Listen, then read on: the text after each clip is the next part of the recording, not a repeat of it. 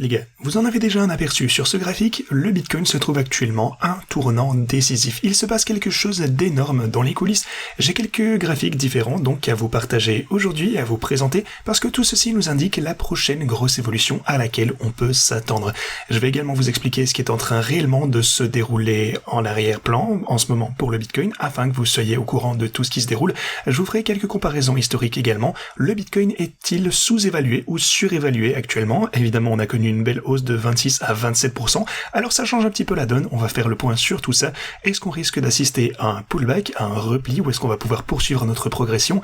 Eh bien je vais vous présenter différentes données importantes à ce sujet, j'ai donc beaucoup de choses passionnantes à vous dire aujourd'hui, restez avec moi du début jusqu'à la fin de cette vidéo. Bienvenue à tous, je m'appelle Maxime et je vous apporte chaque jour des nouvelles vidéos en français sur les marchés. Si vous êtes nouveau sur cette chaîne, alors soyez sûr de vous abonner et d'activer la cloche dès maintenant. Alors, comme toujours, allons droit au but. Ce que vous pouvez observer de ce côté, du côté du Bitcoin, c'est que, après d'énormes poussées à la hausse, après de belles chandelles vertes, on se stabilise actuellement sur un support important. En fait, ma ligne orange soutient le prix du Bitcoin. Ici, vous le voyez, 1, 2 et 3 chandelles journalières consécutives. Alors, pourquoi est-ce que ceci est aussi important? Eh bien, tout d'abord, si vous prenez un petit peu de recul, vous pourrez constater qu'il s'agit d'un pattern assez bullish. En soi, en fait, on a une consolidation. On pourrait surtout appeler ceci, un fanion haussier ou un drapeau haussier. Quoi qu'il en soit, vous le savez, on en parle souvent sur la chaîne, le fait que ce support soit solidement maintenu, ça confirme une belle formation haussière. Après une grosse poussée, juste de la consolidation, souvent ça va dans la même direction par après. Selon toute vraisemblance, on va donc assister à une poursuite de cette phase de hausse. Donc, la situation est plus ou moins la même du côté du Bitcoin, de l'Ethereum et de Solana. Encore une fois, je pense vraiment qu'il est relativement susceptible qu'on continue à monter à partir d'ici. Vous pouvez le voir, le support a l'air relativement solide. Après une telle impulsion, on pourrait s'attendre à un retracement, mais ce n'est pas le cas. Donc voilà, du côté des altcoins, on observe le même phénomène, un mouvement impulsif suivi d'une consolidation, encore une fois, du côté d'Ethereum. Pour Solana, oui, alors pour le coup, c'est pas exactement identique. Regardez cette chandelle. Oui, alors pour le coup, ça c'était vraiment indécis. On a eu une volatilité de 16% sur cette chandelle seulement, ça c'est assez incroyable pour le coup, mais c'est bel et bien ce qui s'est passé du côté de Solana, donc voilà, globalement, du côté de la crypto en général, déjà on veut que le Bitcoin se porte bien, et ensuite le reste forcément suivra la tendance. On aimerait donc voir un nouveau mouvement impulsif pour une poursuite de la hausse du Bitcoin. Ethereum Solana devrait alors suivre le mouvement, c'est pour ça que j'ai des stratégies de trading bien sûr pour capturer cette volatilité. Alors un petit point sur les potes de trading, actuellement je suis en positif de 200 et 2000 pour Solana, 230 du côté de l'Ethereum et 325 000 du côté du Bitcoin. Alors, pour tous ceux d'entre vous qui utilisez ces stratégies de trading, vous réalisez également des gains impressionnants. Je suis donc ravi que vous ayez pu en profiter également, donc je maintiens bien sûr toutes ces positions ouvertes. Je ne prends pas de bénéfice de sitôt, en fait, du côté de Solana, je suis sur le haut de la fourchette ici au 151. Pour l'Ethereum, on est à 3601 et 118 000 du côté du Bitcoin. Donc voilà, je vais pas prendre des bénéfices tant qu'on n'aura pas atteint ces niveaux. Peut-être qu'on aura le temps de voir venir, ou qui sait, peut-être qu'on va se faire catapulter vers là assez bientôt. Voilà, quoi qu'il en soit, je clôture pas ces positions avant, on met pas la charrue avant les bœufs. Mais voilà, une fois que ces niveaux seront atteints, on va faire un point important, je relèverai légèrement le prix moyen, enfin plutôt le haut de cette fourchette, mais seulement après un pullback. Pour le coup, vous le savez, rien ne monte ni ne descend en ligne droite. Donc j'attends un petit peu de voir les prix qui se posent pour prendre une bonne direction. Bref, je vous partage tout comme d'habitude au jour le jour, donc si vous n'êtes pas encore abonné, je vous invite à le faire. Encore une fois, c'est la méthode que j'utilise, vous pouvez la suivre au jour le jour. Ça prend automatiquement des bénéfices à la hausse et achète automatiquement en faisant du DCA à la baisse. C'est comme ça que j'exploite cette volatilité pour maximiser les gains. Vous le voyez ici, presque 86 000 de profit de ce côté également, ce qui est excellent. Bien entendu, si vous souhaitez utiliser ces stratégies de trading, rendez-vous en description de cette vidéo, vous avez tous les liens qui se trouvent juste ici. Vous savez bien sûr où les trouver, mais inscrivez-vous tout d'abord sur Pionex pour réclamer vos bonus. Vous avez ensuite Bitcoin, Ethereum, Solana. En un seul clic, vous pourrez configurer toutes ces stratégies de trading. Alors, on a également mes stratégies DCA, j'utilise principalement ceci pour les actions, ça fonctionne plutôt pas mal également. Vous savez quoi, on va faire un petit point sur là où on en est. On a eu un pullback important quand même, donc je renforce mes positions, ce qui me va tout à fait. Regardez par exemple Apple, j'ai rempli toutes mes positions, donc je convertis ceci en une position individuelle, même du côté de AVGE, presque toutes les positions sont remplies. Alors qu'est-ce qu'on a d'autre? Tel, je pense, à clôturer toutes ces positions également, enfin plutôt à remplir tout ceci. Alors, J'ai plusieurs stratégies différentes à convertir au fur et à mesure que je vais développer davantage de positions, donc vous connaissez ma stratégie. Lorsque tout est rempli, j'ouvre un nouveau bot et je convertis ceci en spot ou avec du levier. Pour Amazon, pareil, vous pouvez voir que je remplis toutes mes positions petit à petit. Je renforce donc tout ceci pour lisser mon prix d'achat moyen. Voilà, donc j'ai hâte de voir ce que ça va donner. Je vous tiens informé du côté de Nvidia. Regardez ça, on a chuté de manière significative également. Je pense que par rapport au sommet...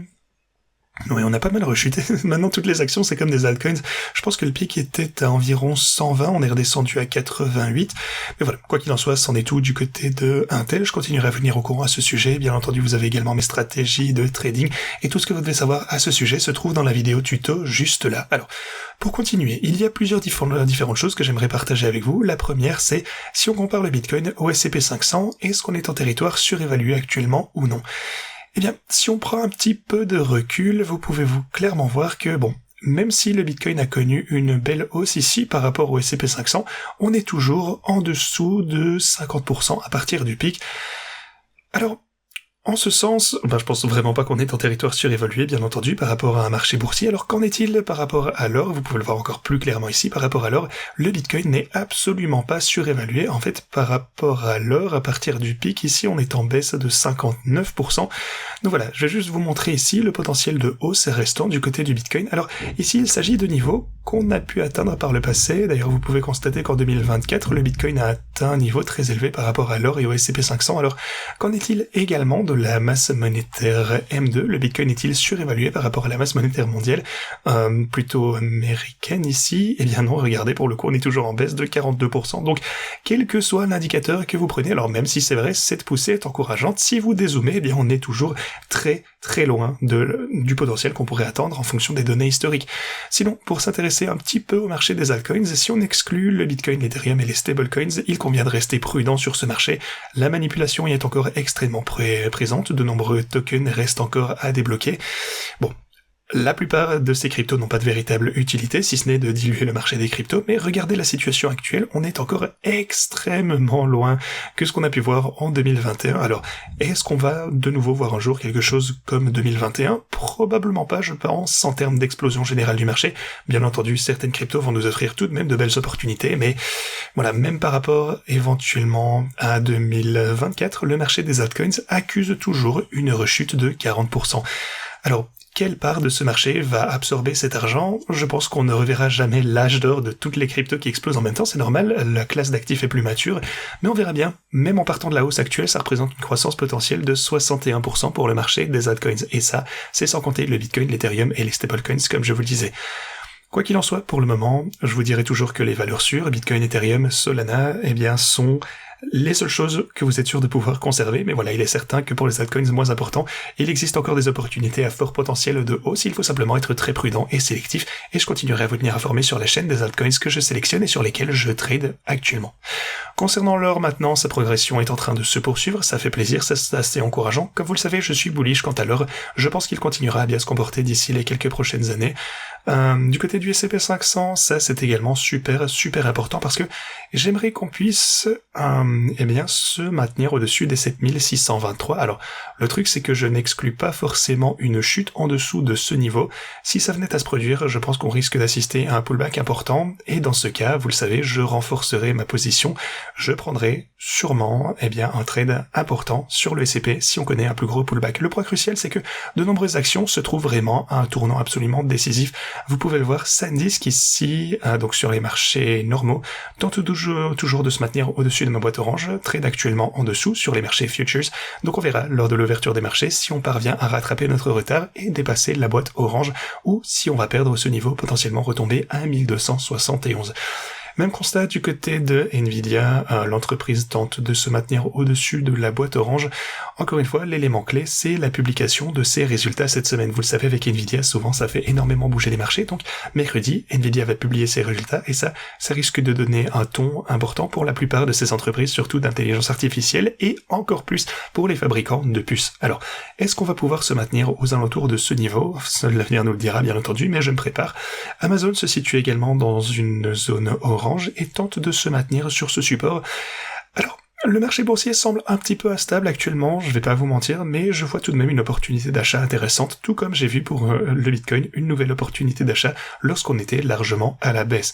Donc voilà, j'avais repéré une opportunité d'achat pour le Bitcoin à ce moment-là, et maintenant, bien entendu, ces transactions sont rentables. Évidemment, ça fait pas plaisir de voir des positions sous l'eau, mais c'est le moment peut-être de prendre des risques, tout comme le marché boursier. Je pense qu'en lissant mes positions, en faisant du DCA avec ma méthode en 3 étapes, à mon avis, ça s'avérera être une excellente idée. D'ici quelques mois, quelques années, je pense que je me remercierai d'avoir pris ce genre de risque, on verra bien. Bien entendu, c'est pas un conseil financier, vous le savez, mais je partage avec vous, au jour le jour, toutes les décisions que je prends. Sinon, quelques points importants à retenir pour cette semaine. Tout d'abord, on a des responsables de la Fed qui prendront la parole, lundi, on aura des déclarations de stratégie. Michael Saylor publie moins sur Twitter concernant les achats et les ventes, on verra bien ce qui en ressort, peut-être que c'est volontaire.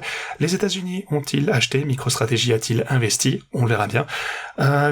Mercredi, on aura des données économiques importantes, notamment les résultats Nvidia. Jeudi débutera la réunion de la Banque centrale de Jackson Hole. Et vendredi, le président de la Fed prendra la parole, ainsi que d'autres données qui vont être publiées. Donc voilà, cette semaine risque d'être assez importante. Ça va être une semaine chargée. Préparez-vous à de la volatilité. Mais on a aussi des tentatives d'influence des teneurs de marché. Voilà, ils reviennent. Les manipulateurs, les gros investisseurs, les whales, en période de faible liquidité. C'est à ce moment-là qu'ils peuvent pousser les marchés dans des conditions extrêmes. Comme vous le savez, je vous ai averti ces derniers jours qu'ils profiterait sûrement de la faible volatilité du week-end pour liquider davantage de positions.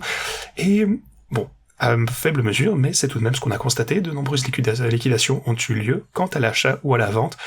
Globalement, et maintenant que le trading plutôt normal a repris, je pense que le Bitcoin reste tout de même très solide. Après cette petite période d'incertitude, je pense que ça montre vraiment de la force. Pour poursuivre, je voudrais vous présenter quelques différents points clés. Premièrement, on a l'indice Coinbase Premium qui est de nouveau dans le vert, ça fait plaisir.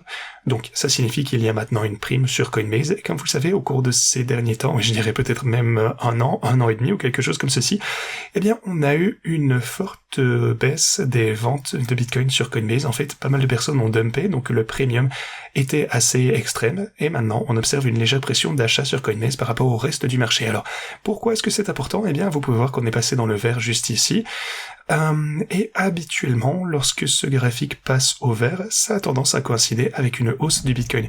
Vous pouvez le voir ici, on est passé de 62 000 à, qu'est-ce que ça donne ça, 75. Ensuite, bon, évidemment, on a eu un pullback ici, le graphique est repassé au vert juste ici, on a connu une hausse de 65 vers 82, avant de retomber dans le rouge ici. Ensuite, bon, on a eu une période de vente prolongée sur Coinbase. Finalement, après énormément de dumping, on est repassé dans le vert. Alors, est-ce qu'on va assister à une nouvelle flambée haussière relativement similaire? Eh bien, je commence à être de plus en plus convaincu que ce sera le cas, mais affaire à suivre. Pour moi, encore une fois, c'est assez probable.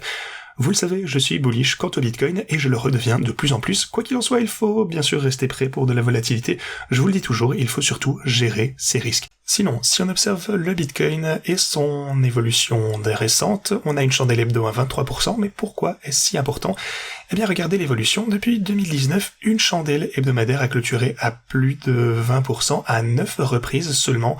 On constate qu'après une journée, on a généralement une hausse de 1,2%, ok, ça c'est correct, mais après 14 jours, eh bien la hausse atteint en moyenne environ 10%, ça a un taux de réussite de 89%. Après 8 semaines à plusieurs mois, la hausse dépasse souvent les 32%, soit un taux de réussite global de 78%.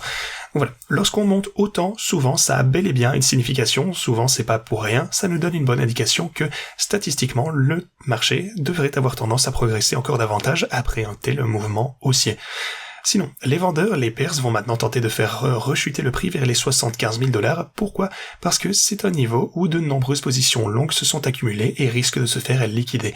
Pour le moment, on est relativement tranquille, on est encore au-dessus de cette range, mais si cette ligne devait céder et que le cours venait à rechuter davantage vers les niveaux précédents, les liquidations devraient commencer, ça pourrait peut-être amplifier le mouvement, et à ce moment-là, j'imagine que le niveau des 72 000 $ aurait pas mal de chances de tenir. À mon avis, cette boîte orange risque de nous supporter au moins une fois. Voilà, pas de panique, je continue à vous tenir au courant au jour le jour, on verra bien comment la situation évolue. Oui, sinon, une dernière petite news, on a MicroStrategy qui est actuellement dans le vert, j'en reviens pas. Après une longue période de rechute, ils sont de nouveau rentables, ce qui est une excellente nouvelle. Félicitations à Saylor. Merci beaucoup d'avoir regardé cette vidéo, ceci étant dit, et moi je vous dis à la prochaine.